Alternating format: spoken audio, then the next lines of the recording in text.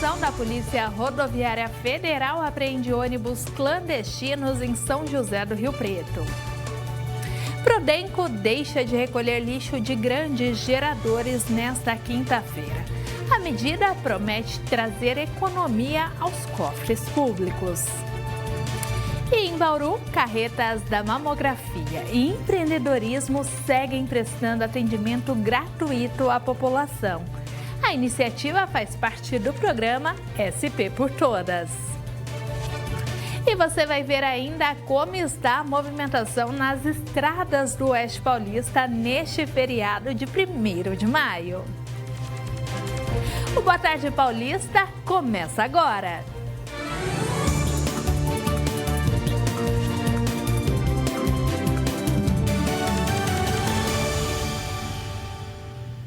Olá, sejam bem-vindos, excelente tarde para você nesse feriado de 1º de maio e obrigada pelo carinho da sua audiência. A gente começa falando que estão abertas as inscrições para o Prêmio Educador Nota 10. O maior e mais importante prêmio da educação básica do país avalia projetos que reconhecem e valorizam professores e gestores de escolas públicas e particulares de todo o país.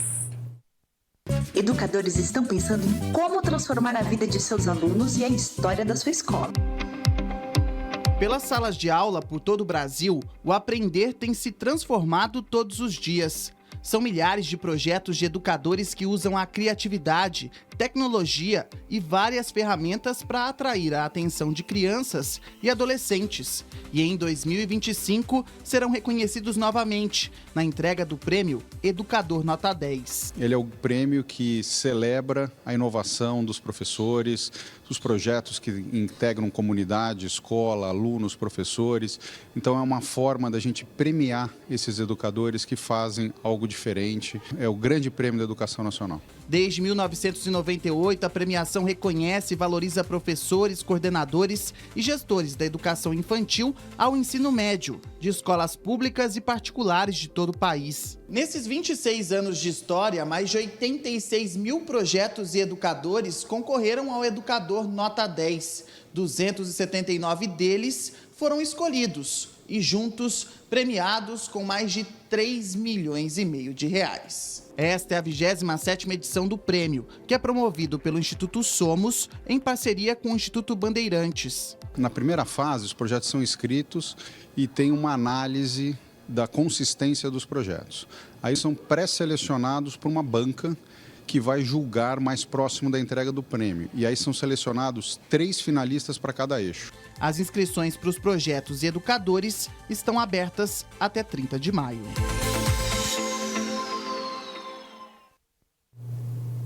Tá aí, e olha só, quem acompanha de perto o mercado imobiliário de Presidente Prudente já percebe os sinais claros de uma nova fase de crescimento. O foco agora está na verticalização. Acompanhe na reportagem. Quem anda por Presidente Prudente já percebe a mudança no cenário. São muitos os prédios, alguns recém-entregues, outros ainda em construção. A verticalização vem ganhando força e se tornando um novo capítulo no crescimento urbano da cidade. Prudente é uma cidade acolhedora, né? Não falta água, não falta luz, tem o melhor setor hospitalar do interior do estado de São Paulo, quiçá o melhor. Também temos a questão das universidades. Prudente hoje está no top das cidades, né? É uma cidade acolhedora, com baixo custo, né, para se viver aqui em Prudente, isso é muito importante dizer, 100% asfaltada. Eu quero crer que é uma cidade acolhedora a todos que vêm para cá. Consequentemente, a necessidade de moradia. Eu acho que uma coisa completou a outra. E essa verticalização não está acontecendo por acaso. A escolha por prédio se deve principalmente à mudança de comportamento da população e ao próprio terreno da cidade. Muitas pessoas estão buscando esses empreendimentos verticais, primeiro por conta de logística, por estar esses terrenos mais próximos, né, a locais mais estratégicos, escolas, hospitais, e também por praticidade. Hoje, para você manter um imóvel maior, que era cultural aqui, né, da nossa região, que são terrenos grandes, casas grandes, hoje, além de exigir um esforço muito grande para cuidar do imóvel, muitas vezes também você precisa de alguém para te auxiliar e você tem todo um custo, hoje de uma empregada doméstica, de um jardineiro, um piscineiro. Então, as pessoas estão buscando essa praticidade e também, de certa forma, uma economia. Nós não temos áreas mais disponíveis no município de Prudente. Estão se acabando os bons terrenos. O prédio se constrói próximo ao centro, próximo ao Parque do Povo, nas regiões nobres, nós chamamos, né? Então, é muito mais fácil construir apartamentos pela facilidade da localidade, da venda, porque nós temos financiamento, e pelas questões principalmente técnicas. O novo cenário também exige atualização dos profissionais do setor. Os corretores, por exemplo, precisam entender esse novo perfil da cidade. O profissionalismo ele vem de acordo com a necessidade de mercado. Hoje o Cresce fornece todos, sem exceção, 100% dos cursos gratuitos aos corretores para que eles se atualizem.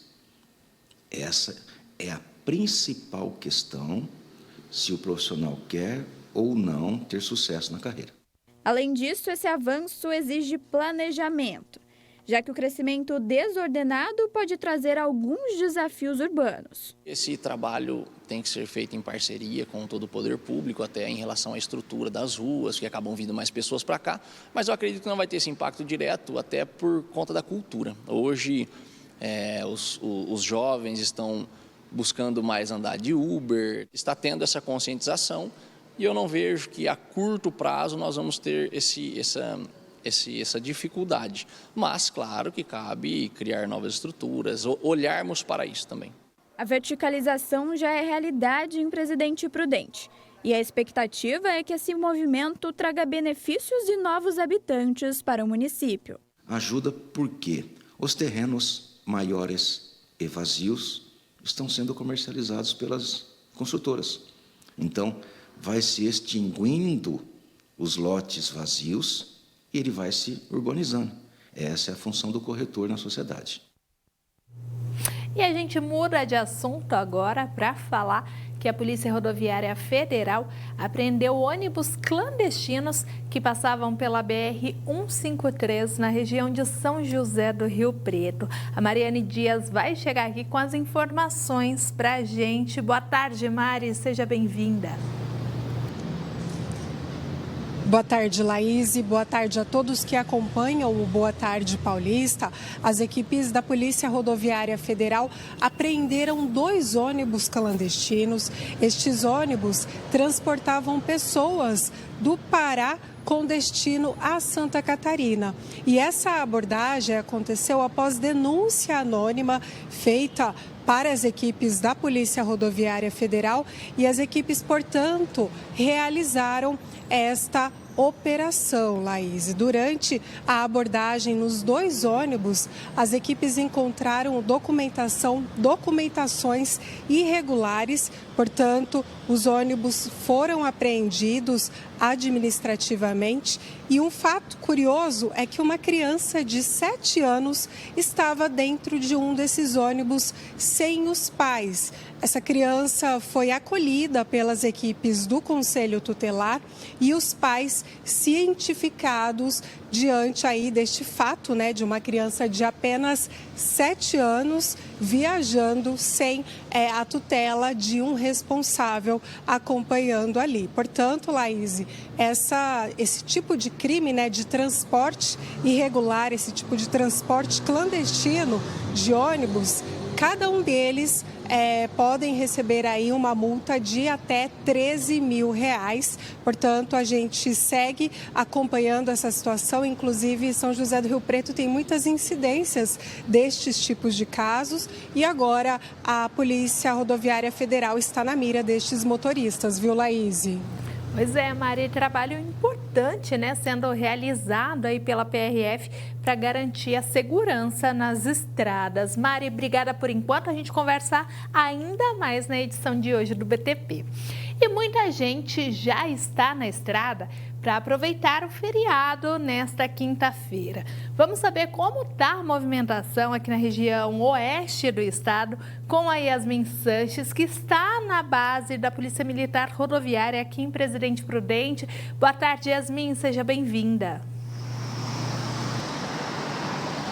Boa tarde para você, Laís, e boa tarde para todos que acompanham o Boa Tarde Paulista. Pois é, nós já estamos aqui na base da Polícia Rodoviária, na rodovia Raposo Tavares, em Presidente Prudente, porque está rolando já uma operação para fiscalizar as estradas aí nesse feriado de hoje. Mas quem vai falar melhor sobre isso para a gente é o Tenente Igor Bauer, que está aqui. Tenente, explica para a gente como é que vai funcionar essa fiscalização. Bom, muito obrigado pela oportunidade. Primeiramente, como todo feriado prolongado, já é de costume, a Polícia Rodoviária intensifica a disposição do seu efetivo aqui na nossa malha viária, tendo em vista que os cidadãos aproveitam muito esse período para visitar parentes, percorrer maiores distâncias nas nossas rodovias e com isso surge um interesse público de aumentar também a segurança viária, prestar esse apoio aos usuários e também realizar as fiscalizações de trânsito. E quais devem ser aí os períodos de maior movimentação das estradas? Bom, nós aguardamos como os períodos mais intensos para o tráfego aqui, o dia, a noite, na verdade, né, mais especificamente, que antecede o dia do feriado. Amanhã, esta manhã foi uma manhã de tráfego intenso e a última noite, o período vespertino, noturno, do último dia do feriado, que será no domingo. E quais são as orientações principais aí para os motoristas que vão pegar a estrada nesse feriado? Bom, de forma geral, a gente orienta ao condutor que esteja com as suas habilitações e respectivos documentos do veículo em dia, que respeite a sinalização disposta ao longo da malha viária, que não faça o uso de celular durante a direção de veículo automotor, utilize o cinto de segurança e observe também, caso haja crianças no veículo, o uso do dispositivo de retenção, respeite o limite de velocidade, não faça ultrapassagens em locais proibidos. Nós aqui na região e, se caso faça ingestão de bebida alcoólica, não assuma a direção de veículo automotor. Tá certo. E onde vocês estão realizando essa fiscalização não é só aqui em Presidente Prudente, né? A fiscalização ela é disposta em pontos estratégicos de toda a malha viária, que abrange o município de Presidente Prudente, município de Presidente Epitácio, Presidente Venceslau, toda a região de divisa do estado e também o município de Adamantina e Dracena. Tá certo, então fica aí o recado, né, para quem for viajar nesse feriadão que é prolongado para alguns, tomar cuidado aí nas estradas, né, Laís? Isso mesmo, Yasmin, obrigada, viu, pelas informações, agradeça também o tenente por nos atender. E a gente muda de assunto mais uma vez para falar que nesta quinta-feira a Companhia Prudentina de Desenvolvimento, a Prudenco, deixou de fazer o recolhimento de resíduos dos chamados grandes geradores aqui na cidade de Presidente Prudente. Os grandes geradores são estabelecimentos como supermercados, lanchonetes e hotéis que produzem mais de 200 litros de resíduos por dia. Ao todo, cerca de 400 estabelecimentos deixam de receber a coleta de lixo da Prudenco. De acordo com a Prefeitura, essas empresas agora passam a ser responsáveis pela coleta, transporte e destinação do próprio lixo. Ainda segundo a Prefeitura, cerca de 100 empresas já se adequaram até o momento. Vale ressaltar que o descarte irregular pode gerar multas, além de causar prejuízos à cidade e ao meio ambiente. Com a medida, o município passará de 190 para 130 toneladas de coleta diária, uma economia de 60 toneladas por dia. A lista das empresas consideradas grandes geradoras está disponível no site da Prefeitura. E nós vamos fazer agora a primeira pausa aqui do Boa Tarde. E no próximo bloco você vai ver que as carretas de mamografia e empreendedorismo oferecem atendimento gratuito em Bauru. Voltamos já!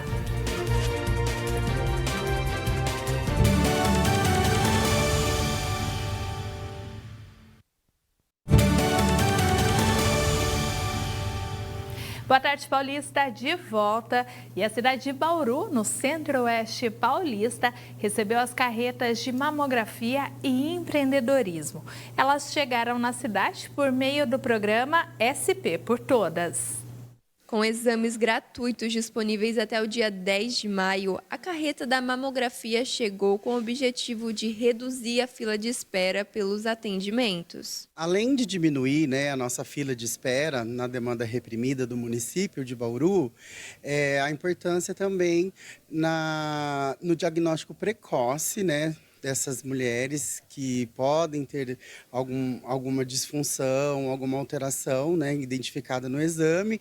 Isso reduz muito o tempo de tratamento e também melhora o prognóstico do paciente. Com até 50 atendimentos por dia, a carreta da mamografia chegou a Bauru para reforçar a prevenção e promover o diagnóstico precoce do câncer de mama. O público-alvo são mulheres de 50 a 69 anos, mas outras faixas etárias também podem realizar os exames. Porém, mulheres abaixo disso e acima de 70 também podem estar realizando o exame com o pedido médico. Mas se por acaso elas não tiverem o pedido médico, a gente está realizando aqui no mesmo dia. Além dos exames de mamografia, o município também recebeu a carreta do empreendedorismo, que oferece cursos profissionalizantes voltados para as mulheres. A Prefeitura está recebendo essa carreta, que é um convênio com o Governo do Estado, pensando no empreendedorismo e saúde feminina. Então a carreta está aqui falando muito sobre isso, sobre empreendedorismo principalmente, também com o apoio do Sebrae, e pensando na saúde mental da mulher e pensando no bem-estar total da mulher, Com aulas teóricas e práticas, os cursos têm início nesta quarta-feira e oferecem opções em diversas áreas. Cursos funcionando aqui mesmo, dentro da carreta, na Praça Rui Barbosa, e são diversos tipos, desde fluxo de caixa até saúde mental, alimentação saudável, tudo pensado para a mulher. Quem quiser fazer o curso, só entrar no site da Prefeitura que vai ter o link direto para as inscrições. Tá aí, então tá dado o recado. E olha só, um motorista morreu após perder o controle da direção e o veículo tombar em uma rodovia de Bauru. A Mariane Dias volta a conversar com a gente. Oi, Mariane, boa tarde. Pois é, mais uma vítima, Boa tarde novamente, Laís. E infelizmente, mais uma vítima de acidente de trânsito, desta vez na rodovia Marechal Rondon, em Bauru. Esse grave acidente aconteceu nesta quarta-feira, segundo as equipes da Polícia Rodoviária. O motorista seguia pela rodovia quando perdeu o controle do caminhão e acabou sofrendo este grave acidente. A vítima chegou a ser socorrida pelas equipes da polícia e também pelas equipes do Corpo de Bombeiros, mas infelizmente não resistiu aos ferimentos. Segundo a médica que fez o atendimento do motorista, ele teve traumatismo craniano e não resistiu devido aí às gravidades do acidente, viu, Laís? Então, a gente reforça essa questão da atenção, que os motoristas precisam ter nas rodovias e, infelizmente, a gente registra aqui mais um acidente, desta vez envolvendo o motorista de um caminhão na região de Bauru, Laís. Tá certo, Mari. Obrigada pelas informações e um ótimo trabalho e um ótimo feriado para você. E agora a gente fala que as polícias militar e civil deflagraram uma operação na cidade de Palmital no combate ao tráfico de drogas. 2 homens acabaram presos. A Yasmin Sanches volta a falar ao vivo com a gente. Yasmin, fala pra gente, sobre as informações dessa operação. Pois é, boa tarde novamente, Laís, e para você e para quem nos assiste, a Polícia Civil de Palmital, em conjunto com a Polícia Militar da cidade, deflagraram ontem a Operação Stranger Things, com intenção aí de combater o tráfico de drogas no município. Eles realizaram um intenso trabalho de fiscalização que acabou no pedido, então, de 5 mandados de busca e apreensão, autorizados pela Justiça e foram então cumpridos ontem à tarde. A operação foi grande, mobilizou aí um total de 34 policiais, envolvendo equipes da Delegacia de Assis, equipes do BAEP e até ajuda do Canil, viu? Em alguma das fotos a gente consegue ver, né? Os cachorros foram essenciais para a polícia achar essa droga que estava escondida. Durante, então, o cumprimento desses mandados, Laís, 2 suspeitos foram presos em flagrante. Na residência de um deles, um rapaz de 20 anos, foram encontradas porções de maconha, cocaína e crack, além de balanças de precisão, dinheiro, celulares e embalagens, né? O que leva realmente a polícia a acreditar que essas drogas eram para venda, né? Em um outro imóvel, dessa vez de uma mulher de 45 anos, os policiais localizaram também uma grande quantidade de maconha e crack e uma outra balança de precisão. Já em um terceiro endereço, Laís, também foram localizadas esses itens e drogas, mas o morador não foi encontrado, ele estava no local.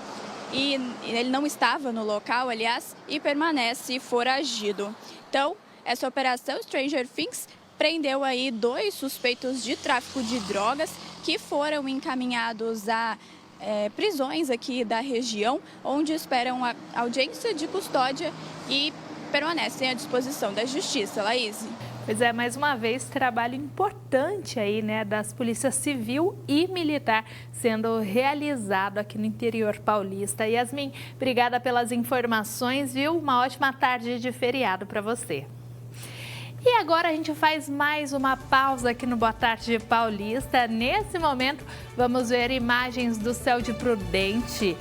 2h10, 28 graus nesse momento. A gente volta já já.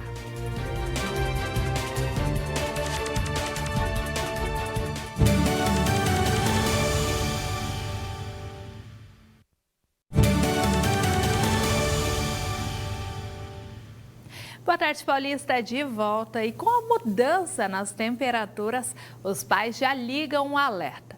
É tempo de bronquiolite, doença que afeta principalmente as crianças. Hoje nós estamos recebendo aqui no estúdio a doutora Patrícia Santana, que é médica pediatra e vai nos ajudar a tirar as dúvidas sobre a doença. Seja bem-vinda, doutora. Vamos começar falando, né, começa falando pra gente o que é a bronquiolite e por que a incidência é maior justamente agora, no outono e inverno. Olá, é um prazer estar aqui falando sobre essa doença tão falada nos últimos tempos, né? A bronquiolite é uma inflamação dos bronquíolos e ela acomete principalmente os bebês. Ela é muito grave nos bebês, mas é uma doença muito comum para todas as idades e acomete também os idosos. Então, é uma doença que hoje, principalmente devido à aglomeração, as pessoas ficarem no friozinho mais juntas, acabamos tendo esse contato maior. Então, é muito presente hoje e nos bebês é ainda mais grave. E quais são os sintomas, doutora? Quais são ali, né, os sintomas que os pais devem ligar realmente o alerta? Essa doença, principalmente nos primeiros 3 meses de vida, ela acaba oferecendo um quadro mais grave. Então, uma dificuldade para respirar, aquela costelinha que acaba indo mais para trás na hora da respiração, febre, tosse persistente. Então, toda vez que um bebezinho, principalmente aqueles menores de 3 meses, tiver algum desconforto, tiver febre, a gente precisa avaliar. Mas, geralmente, a bronquiolite, ao contrário do que muita gente acha que ela é causada só por um tipo de vírus, que é o sincicial respiratório, ela também a bronquiolite, ela, pela influenza, pelo Covid, por outros vírus. Então, todos os vírus podem causar a bronquiolite e trazer esses sintomas. Em algumas pessoas mais leve, com tosse leve, quadros de febre, mas outras pessoas mais graves. Então, principalmente nos extremos de vida, como nas crianças, nos bebês, principalmente na idade menor de 2 anos e nos idosos. E como que a gente pode prevenir a bronquiolite, doutora? Olha, hoje a gente tem vacinas que previnem desde a gestação. Então, essa vacina a grávida toma na gestação e já protege o bebê por pelo menos aí 6 meses após o nascimento desse bebê. Mas também já temos uma novidade, que é a vacina para os bebês que já nasceram, então é um anticorpo monoclonal, na verdade, logo que essa criança já toma, já recebe essa proteção, só que infelizmente essa vacina ela só está na rede privada, mas também temos para proteção dos idosos. Então, hoje é algo novo, mas já temos essa proteção. Além de tudo, vale lembrar que a proteção maior é evitar aglomerações, visitas, principalmente em bebês pequenos, evitar ficar beijando, principalmente se tiver com tosse, espirro, a gente evitar o contato.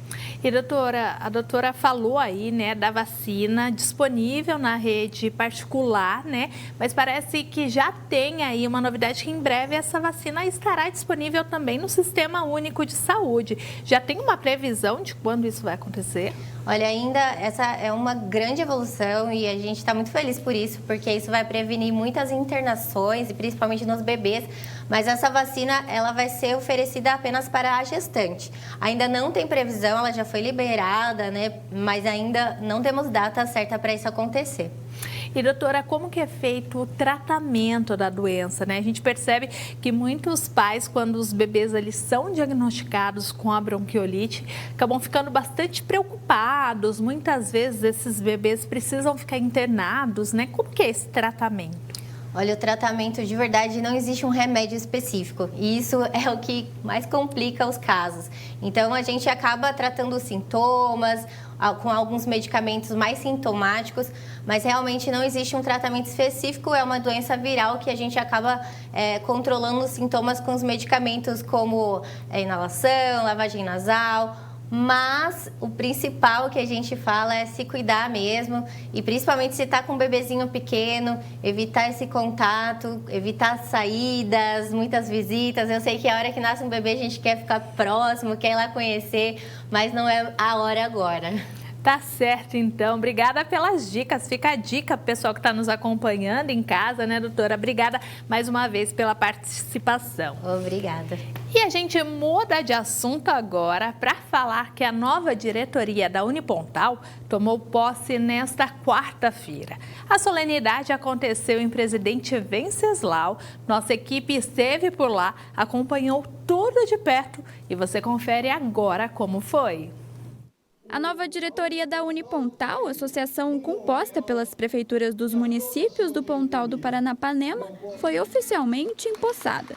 Em evento realizado em Presidente Venceslau, o prefeito de Euclides da Cunha Paulista, Domingos Mente Lopes, o Nenê, assumiu a presidência da entidade.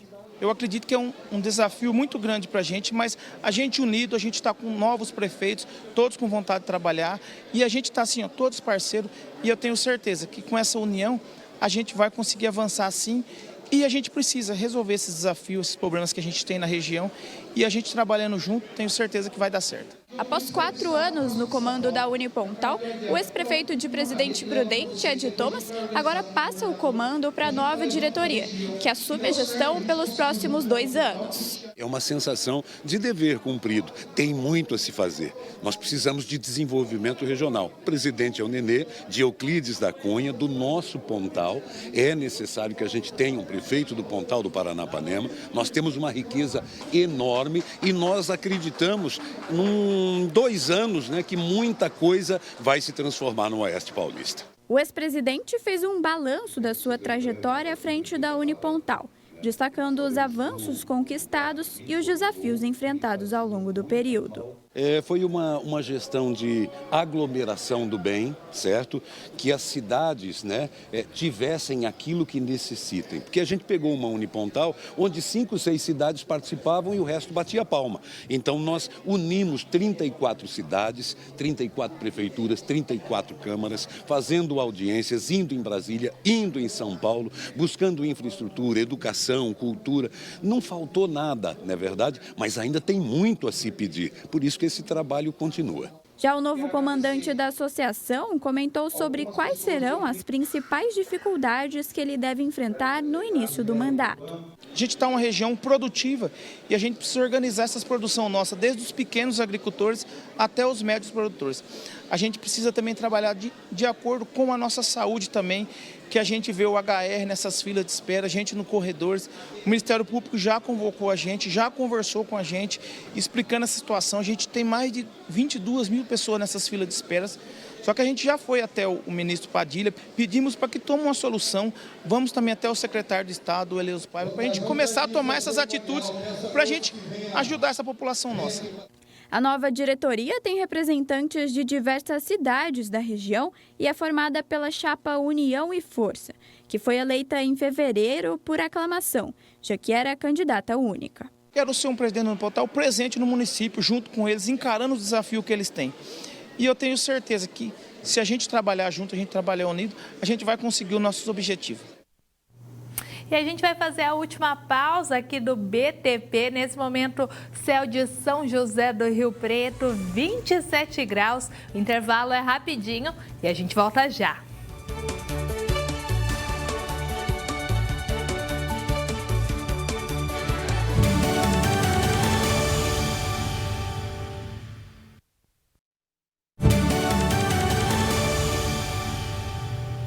Boa tarde, Paulista, de volta nesse feriado de 1º de maio e a gente fala agora de esportes. Estão abertas as inscrições para a corrida da Band Foot Run 2025, etapa Speed Zone Bauru. A prova será realizada no dia 25 de maio e a largada vai acontecer no Parque Vitória Régia. As inscrições podem ser feitas pelo site incentivoesporte.com.br. A realização é da Band Paulista, com organização da Sujo de Barro, com patrocínio da Foot Fanatics e da Fila, uma das maiores marcas esportivas do mundo. Serão 5 corridas neste ano. E olha só, o nosso kit será o mais completo da região, com camiseta da Fila, kit e experiências pré e pós-prova. E a corrida terá transmissão ao vivo da Band Paulista para 324 cidades. Então, não perca tempo, se inscreva já e garanta a sua vaga para a corrida da Band edição de Bauru. E olha só, você com certeza já ouviu esse ditado: corpo são, mente sã. Por isso, nós vamos mostrar agora a história do seu Antônio. Ele virou maratonista na 3ª idade e colocou a depressão para correr. É tanta medalha que nem dá para contar. E o mais impressionante é que o seu Antônio começou a correr após os 65 anos. Queria deixar um legado para os meus netos, né? Que o avô deles era maratonista aos 70, 72 anos. E consegui, graças a Deus, muito feliz por isso, além de ter superado a depressão. Aliás, ter encarado de frente, que ninguém supera ela, infelizmente. E tudo começou com um convite para São Silvestre. Aí, quando eu tinha 65 anos, um amigo me chamou para correr. Aí eu falei, você tá doido? Eu não aguento correr. Ele falou, não. Aí eu falei, vou assistir você correr. Aí fui e gostei do ambiente. E o ambiente é gostoso, o ambiente de corrida. E aí eu falei, você me ajuda? Ele falou, ajudo. Aí eu comecei a correr 50 metros, 100 metros.